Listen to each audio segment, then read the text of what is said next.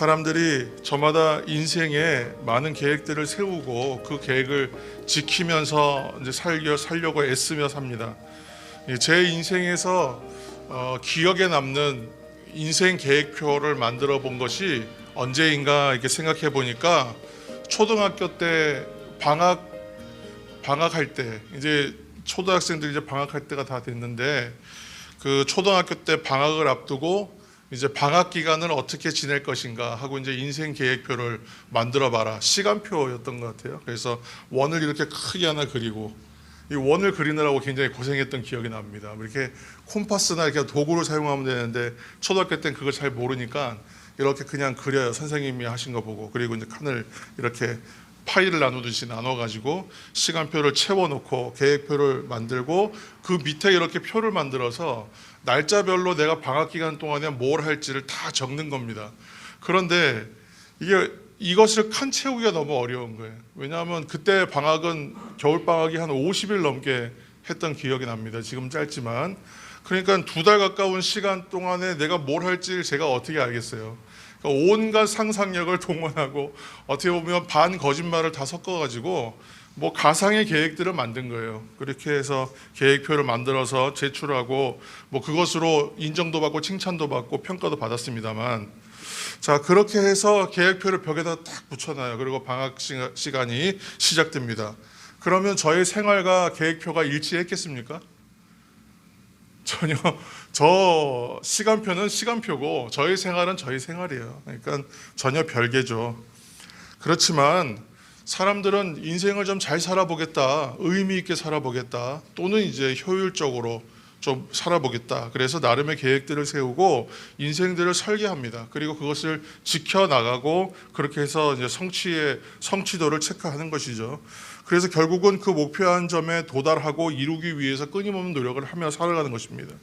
그래서 목표로 세운 것을 실제로 성취하여 누리는 때가 있습니다. 그러나 계획한 대로 이루어지지 않는 때가 더 많은 것 같아요. 근데 어떤 사람도 평생 동안 자신이 계획한 대로 모든 것을 완수하고 성공하면서 이루면서 사는 사람은 아마 거의 없을 것입니다. 누구나 자신의 목표 중에 얼마는 이루지 못하고 살아가는 것이 우리들의 현실이라는 말씀입니다.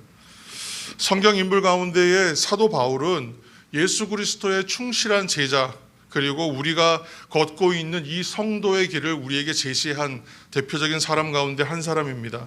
그리고 복음의 전파자로서 복음을 증거하기 위해서 자신의 평생을 다하여 전도 여행을 다녔던 사람입니다. 오직 주를 위하여 자신의 인생을 드렸던 사도이고, 이 바울이야말로 그래서 위대한 신앙인이다 우리가 말할 수 있는 사람입니다. 그런데 이런 바울 사도도 그가 세웠던, 그가 바랬던 모든 계획을 다 이루었느냐? 그렇지는 않더라고요. 사도 바울도 인간으로서의 한계입니다. 우리가 계획을 세우지만 그 계획대로 온전히 이루어지지 않는 것, 사람의 계획에 한계가 있다는 말씀입니다. 바울도 인간으로서의 한계를 안고 살았다는 것입니다. 우리가 오늘 우리가 읽은 이 성경 본문을 통해 소개하는 내용도 그 사도 바울의 2차 전도 여행에 대한 이야기인데, 사도 바울이 1차 전도 여행 때 방문했던 더베, 루스트라 이런 데를 찾아갔습니다. 그러니까 아시아, 소아시아 지역입니다. 아시아에서 전도가 꽤 성공적이었습니다.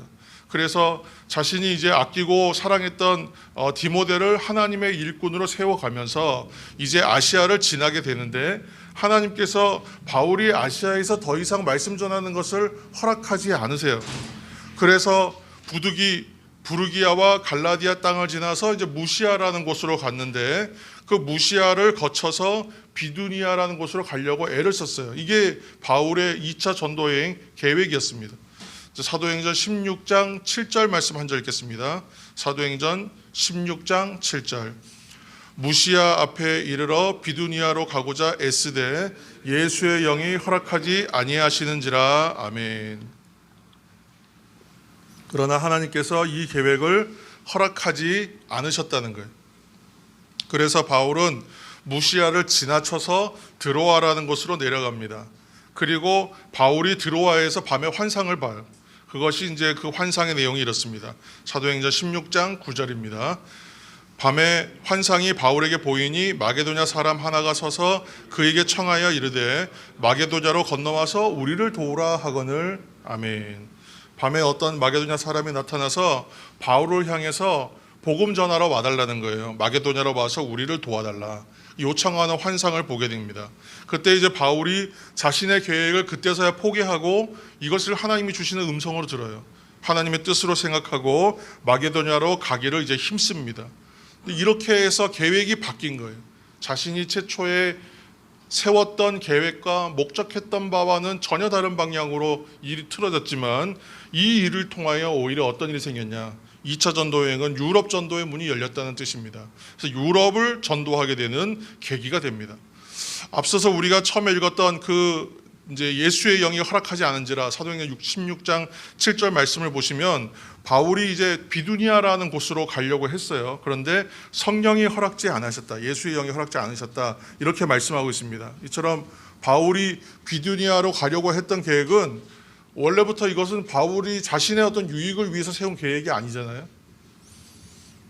우리가 그냥 세운 나의 어떠한 성취나 내가 원하는 바를 이루기 위한 그런 개인적인 이익을 위한 계획이 아니라 이 계획은 하나님의 복음을 전하기 위한 계획이었어요. 그리고 1차 전도 여행에 이어서 이제 계속 해야 되는 일로 여겨서 준비했던 일입니다. 복음 전하는 일이었어요. 그런데도 불구하고 바울의 계획이 원하는 대로 이루어지지 않습니다. 말씀을 보면 바울은 비두니아로 가고자 계획만 한 것이 아니라 가려고 무던히 애를 썼어요. 자신의 뜻을 이루기 위해서. 그러나 이 바람이 이루어지지 않은 것입니다.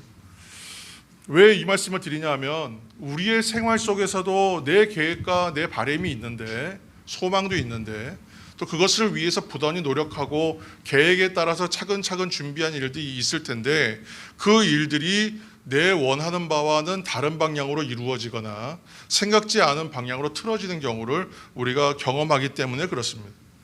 우리가 소망을 담아서 목표를 정하고 이를 위해서 수고도 많이 하고 노력도 기울였는데 내 의도와는 전혀 다른 방향으로 진행돼 버려요. 그러면 이것이 이제 제가 만약에 A라는 계획을 세웠는데 만약에 B라는 계획이 채택돼서 다른 방향으로 가버리면 굉장히 허탈해져요.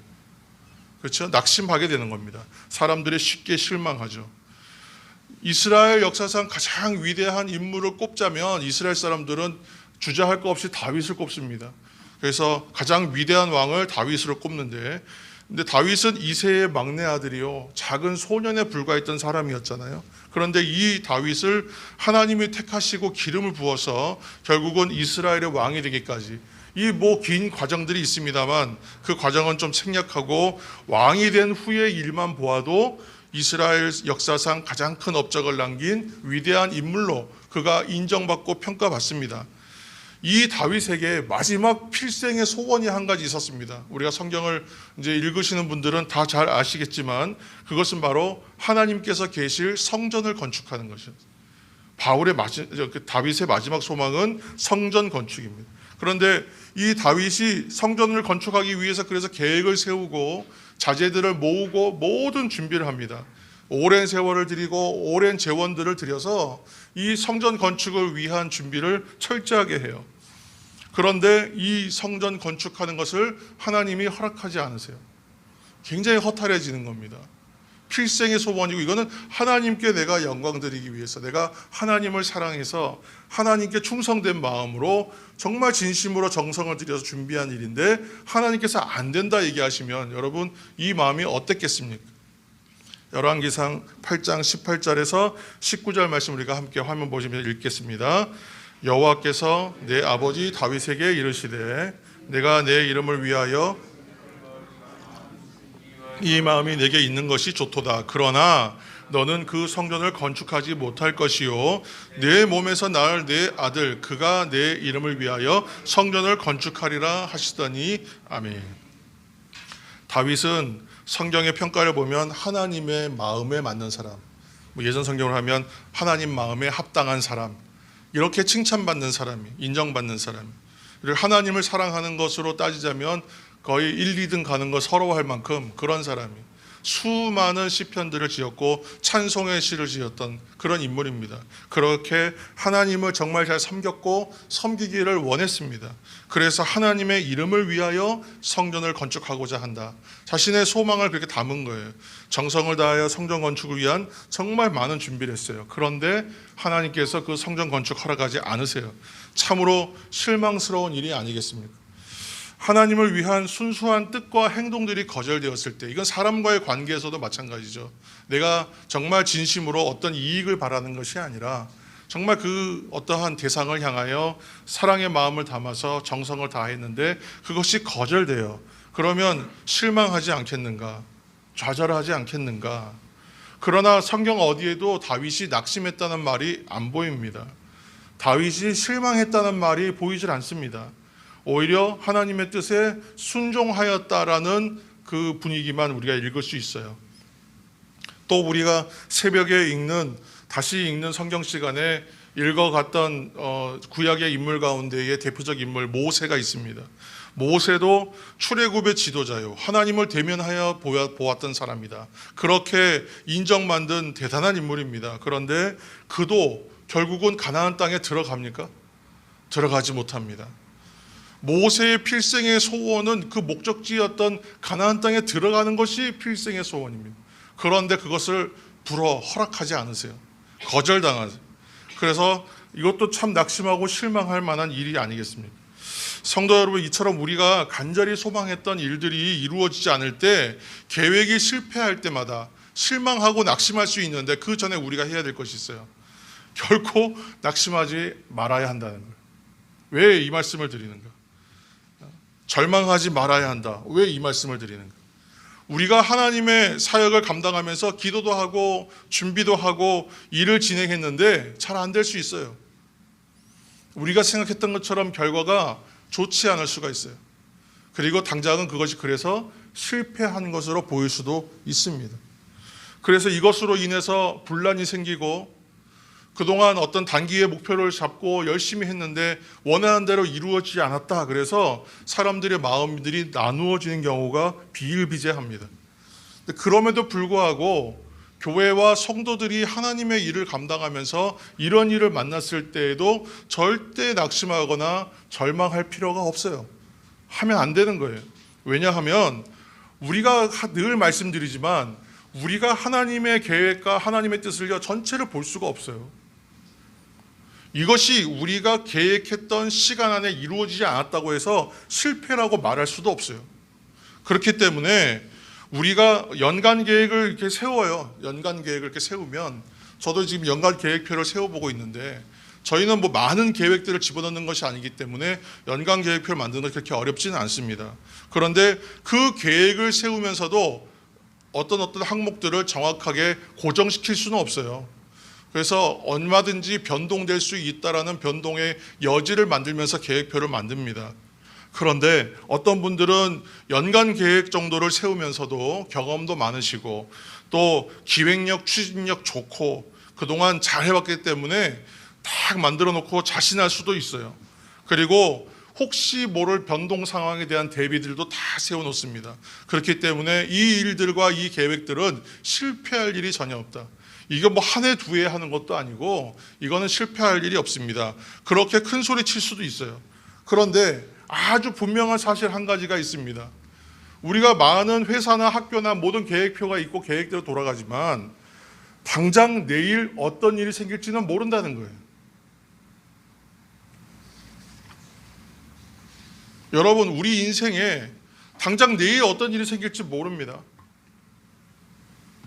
내년의 계획을 우리가 그러면 어떻게 알겠습니까? 당장 내일의 일도 알 수 없는데 10년 후에 이 일의 성과를 우리가 어떻게 예측할 수가 있겠습니까? 예측은 하겠지만 그 예측이 맞는다고 확신하기는 어렵죠. 그러므로 우리는 하나님께 나아가는 사람으로서 하나님께 모든 것을 맡기는 믿음의 자세가 필요해요. 지금 내가 진행한 일들에 대한 결과에 대해서 일희일비할 필요가 없어요. 지금 내가 기도한 것들에 대하여 성취되었나 아니나를 조급하게 볼 필요가 없어요.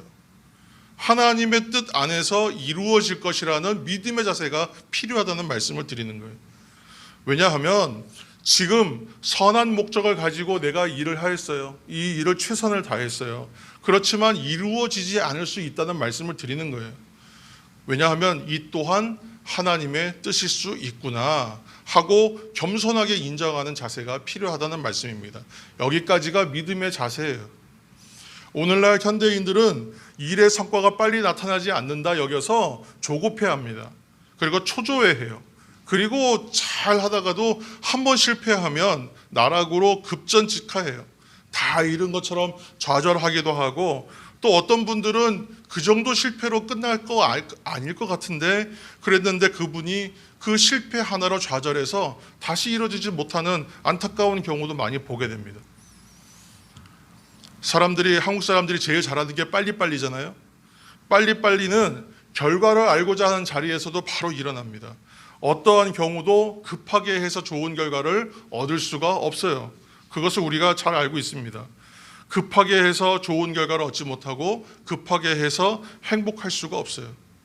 오늘 본문에 보면 사도 바울은 자신의 뜻과 바람대로 일이 진행되질 않았습니다. 또 다윗도 자신의 오랜 소망이 이루어지지 못했습니다. 그러나 그 두 사람의 특징은 결코 낙심하지 않았다. 미리 짐작하여 실망하지 않았다는 거예요.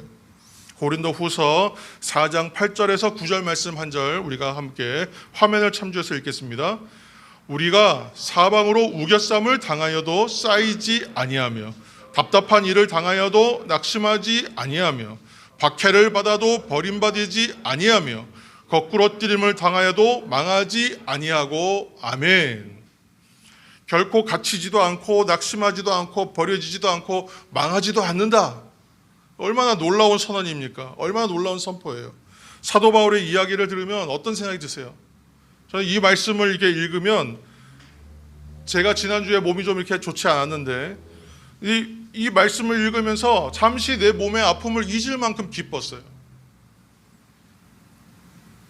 내 마음의 상함도 잊어버려요.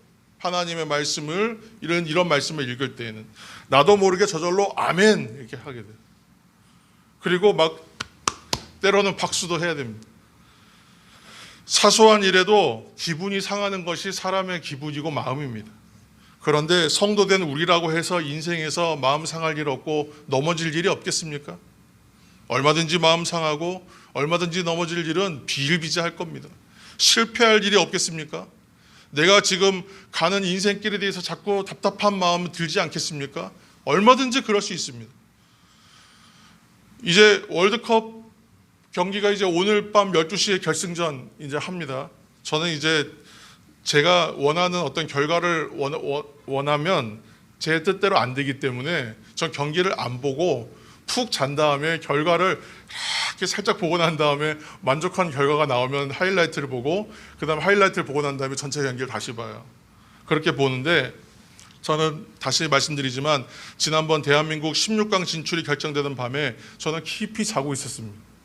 그리고 아침에 결과를 이렇게 살짝 보니까 놀라운 결과가 벌어졌더라고요.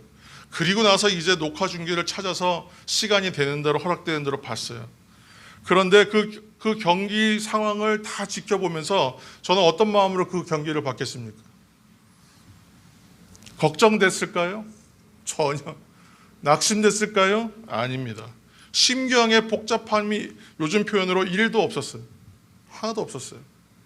그냥 기쁜 마음으로 봤어요. 굉장히 들떠서 봤어요. 너무너무 좋아서. 어떻게 그럴 수가 있었는가. 결국 승리하게 됐다. 그리고 그 승리의 결과로 모든 사람이 불가능하고 말했던 경우의 수를 다 따져서 그것이 다 기가 막히게 맞아떨어져서 결국은 16강에 진출했다는 걸 내가 알기 때문에, 그 사실을 이미 알고 확신하기 때문에, 그렇기 때문에 불안할 길이 없는 거예요. 불안할 것이 전혀 없습니다. 이처럼 결국에 대해서 확신하는 믿음이 있다면 이러한 세상의 굴곡진 일을 만날 때에 결코 낙심천만할 일이 없습니다. 주저앉지 않습니다. 마음이 상할지라도 포기하거나 절대로 돌아설 일은 없습니다. 이것이 중요합니다. 오늘 우리에게도 이러한 믿음과 이 믿음의 결국과 믿음이 주어져 있습니다. 이미 성도들에게는 그 믿음이 주어져 있습니다. 여러분 믿으십니까? 하나님은 바울이 가고자 하는 길을 막으셨지만 그 길을 막으셨지만 대신하여 어떤 일을 하셨냐 하면 다른 길을 열어주셨어요. 그가 원했던 길은 아니었지만 새 길을 열어주셨어요. 그래서 이것이 바울로 하여금 드로아로 내려가지 않고 거기서 환상을 보고 나서 마게도냐로 가게 되는 계기가 됩니다. 하나님의 뜻은 마게도냐로 가라는 것이죠. 바울이 본래 가고자 하는 길을 가지 못해서 그가 낙심하고 실망했을 수도 있어요. 그렇지만 그가 하나님의 뜻으로 알고 믿음으로 순종하여서 새롭게 가라 하신 그 길을 갔을 때에 그 결국이 어떠한 결과가 왔는가? 유럽이 복음화되는 단초가 거기서부터 시작된 겁니다. 유럽의 복음을 전할 기회가 열려버린 것입니다. 바울은 이제 그래서 빌립보에서 전도하고 데살로니가에서 전도하고 베레아에서 전도하고 고린도와 아덴에서 전도합니다. 실로 엄청난 복음의 확장이 열린 거예요. 그가 생각했던 이상의 효율과 성공입니다. 하나님은 이처럼 바울이 본래 가고자 하는 길을 막으셨지만 다른 길을 대신해서 열어주세요. 그런데 우리가 알 수 없는 것이 있죠. 내가 계획했던 이 길이 아니라 전혀 다른 길을 가는데 이 길이 지금 변경되어 가는 길이 내가 본래 가고자 했던 길보다 더 큰 성과가 날 거라는 것을 우리가 어떻게 알 수 있겠어요? 바울이 어떻게 알 수 있었겠습니까? 우리는 알 수가 없지요. 다만 이렇게 고백할 수는 있습니다. 화면을 보시고 다 같이 한번 우리 고백하겠습니다. 우리 하나님은 모든 것을 합력하여 선을 이루십니다. 아멘. 다시 한번 하겠습니다. 우리 하나님은 모든 것을 합력하여 선을 이루십니다. 아멘. 로마서 8장 28절 말씀에 우리가 알거니와 하나님을 사랑하는 자 곧 그의 뜻대로 부르심을 입은 자들에게는 모든 것이 합력하여 선을 이루신다. 이 하나님의 약속의 말씀은 분명히 맞는 이야기예요. 우리의 인생 가운데에 다 보지는 못하지만 우리가 조금 지나고 나면 발견하게 되는 이유가 거기에 있어요. 하늘을 나는 새 중에서 새들 가운데의 왕을 꼽자면 독수리를 꼽습니다. 독수리가 실제로 그 의미를 찾아보니까 덩치가 제일 큰 새더라고요. 그러니까 자기 날개로 나르는 새 중에서 가장 덩치가 커요. 이 독수리가 둥지를 틀 때에는 아주 높은 곳에 아무도 접근하기 어려운 높고 험한 곳에다가 독수리가 둥지를 튼답니다. 그리고 둥지를 만들 때 그냥 만드는 것이 아니라 가장 밑에는 좀 딱딱하고 단단한 것이 있는 곳에다가 둥지를 짓기 시작해서 돌하고 또는 학자들에 의하면 가시나무와 같이 좀 거친 나무, 불편한 나무들을 밑에다가 쌓는데요. 그렇게 해서 둥지를 만들어요. 그리고 그 위에다가 자신의 깃털이나 부드러운 것들을 끌어모아서 그래서 그 위에 푹신하게 만들어요. 침대처럼. 그러니까 요즘에 침대 만드는 공법하고 비슷한 것 같아요. 밑에는 딱딱하게 하고 위는 부드럽게 만드는 겁니다. 그래서 이렇게 만들어 놓고 알을 품어서 부화돼서 나오는 새끼를 키우기 시작해요. 안전한 곳에서 어미가 주는 먹이를 먹으면서 편안하게 잘 자라던 새끼에게 어느 날부터 갑자기 이상한 일이 생겨요. 무슨 일이냐면 어미가 새끼를 괴롭히기 시작해요. 편하게 놔두질 않아요. 계속 괴롭힙니다. 그리고 이 둥지에서 편하게 지낼 수 있게 해주었던 그 일명 깃털 침대를 다 빼버리는 거예요. 그러면 밑에 뭐가 남습니까? 돌하고 가시나무와 같이 거친 것들만 남죠. 그래서 바닥에 가시나무, 가시하고 돌 때문에 이제 둥지가 더 이상 편하지가 않습니다.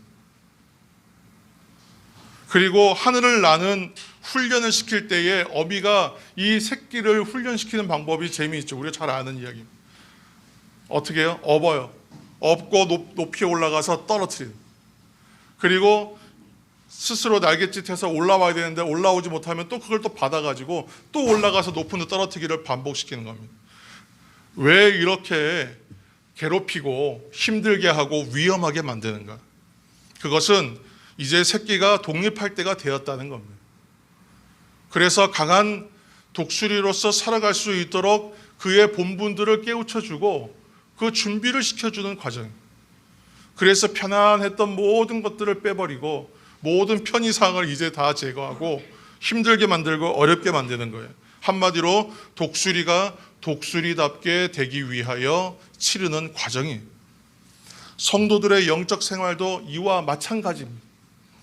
독수리처럼 딱딱한 돌과 가시도 친 둥지에서의 훈련과 같은 인생의 훈련이 분명히 존재합니다. 강한 날개를 지니기 위하여 공중에서 떨어지기도 하고 먹이를 낚아채고 먹는 법을 알기 위해서 용맹함도 배워야 되는 거예요. 하나님은 성도들이 인생에서 자꾸만 실패하는 거 기뻐하지 않으세요. 자꾸 아프고 자꾸 넘어지고 자꾸 좌절하는 거 하나님이 결코 기뻐하시는 일은 아닙니다. 그러나 이 모든 인생의 경험과 일들은 결국은 그 결과, 선한 결과, 성숙한 것을 성숙의 과정을 이루기 위해서 그렇게 선한 결과를 위하여 행하시는 일입니다. 허락하시는 일이에요. 이 진리의 말씀을 깨달으시기를 이 시간 예수님의 이름으로 축원합니다. 하나님은 우리의 아버지가 되세요.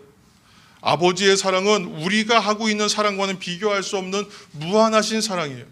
제가 축도할 때 무한하신 하나님의 사랑이라고 항상 고백해요. 인생 가운데 우리가 만나는 하나님 아버지의 사랑은 우리가 지금까지 내놓은 사랑과는 비교할 수 없는 사랑이라는 그 사랑으로 오늘도 우리를 향해서 오시고 또 오실 것입니다. 그것을 의미 있게 생각하고 기다리는 절기가 또 이 대림절의 절기입니다. 대림절이 더욱더 이제 깊어져 가고 다음 주면 벌써 성탄주일이고 동시에 송년주일이기도 합니다. 2022년도의 마지막 주일이에요. 여러분 주보 위에 보면 매년 몇 호가 있습니다. 보시면 벌써 51호입니다. 52호면 한 해가 끝나는 거예요. 우리가 나를 사랑하신 부모님의 사랑을 다 알 수 없는 것처럼 우리를 향한 하나님의 사랑도 다 알 수가 없어요. 하나님의 계획도 다 볼 수는 없어요. 그러나 세월이 지나고 시간이 지나면서 우리가 무엇을 깨닫냐면 어머니의 사랑을 깨달아요. 또 나를 향한 아버지의 사랑을 깨달아요. 부모의 사랑을 깨닫는 것은 어릴 땐 잘 모르고 조금 지나야 알아요. 그리고 나도 그 인생을 살아보고 겪어야만 알 수 있어요. 서서히 깨달아져요. 하나님께서 나를 사랑하신 것이 참으로 크다는 것도 조금 지나야 깨달아지는 거예요. 우리가 하나님의 뜻을 다 볼 수가 없기 때문에. 그러나 이것 하나는 고백할 수 있습니다. 하나님의 사랑이 참으로 큽니다. 또 한 가지 고백할 수 있습니다. 하나님의 은혜는 정말 크고 깊은 은혜입니다. 그것을 우리가 깨닫게 될 것입니다. 하나님의 은혜를 그렇게 깨달을 수 있습니다. 우리가 세상을 살면서 이루어지지 않는 일도 있어요. 이루어지지 않는 일을 놓고 우리가 실망과 낙담으로만 일관해야 되는가? 또 역시 나는 안 되나 보다 하고 더 절망하면서 지내야 할까? 결코 아니에요. 다시 한번 말씀드리지만 그럴 이유가 전혀 없습니다. 우리 삶 가운데에 하나님의 역사하심을 조용히 묵상하며 여러분 살펴보시기 바랍니다. 내 인생 가운데 하나님께서 행하신 일들을 조용히 한번 묵상해 보시기 바라요. 내가 실패했다, 내가 넘어졌다라고 생각되었을 때에 하나님의 뜻을 먼저 조용히 찾으시는 저와 여러분 되기를 바랍니다. 하나님께서 지금 나의 길을 막으신다면, 내가 지금 실패의 길의 자리에 서 있다면 그것은 하나님께서 반드시 다른 길을 열어주시기 위함이라는 것을 여러분 생각하시기 바랍니다. 우리의 인생의 실패까지도 결국은 승리의 완성을 향한 하나님의 선한 계획, 하나님의 은혜의 방법이라는 것을 깨닫고 기억하시기를 이 시간 예수님의 이름으로 축원합니다. 함께 기도하겠습니다. 모든 것을 합력하여 선을 이루시는 하나님, 때로는 이해되지 않는 실패와 넘어짐이 또 다른 길로 행하게 하시는 일들이 결국은 하나님의 선한 계획이심을 믿습니다. 그러므로 우리는 쉽게 낙심하지 않고 쉽게 원망하지 않겠습니다. 오직 믿음을 더하여 주시고 은혜를 발견하는 눈을 열어 주시옵소서. 그래서 오히려 넘어질 때마다, 오히려 걸릴 때마다, 실패할 때마다 좋은 길을 열어주실 하나님의 손길을 오히려 기대하는 믿음의 사람, 그 한 사람 내가 되게 하여 주시고 우리 가정이 되게 하시고 우리 교회가 되게 하여 주시옵소서. 예수님의 이름으로 기도합니다. 아멘.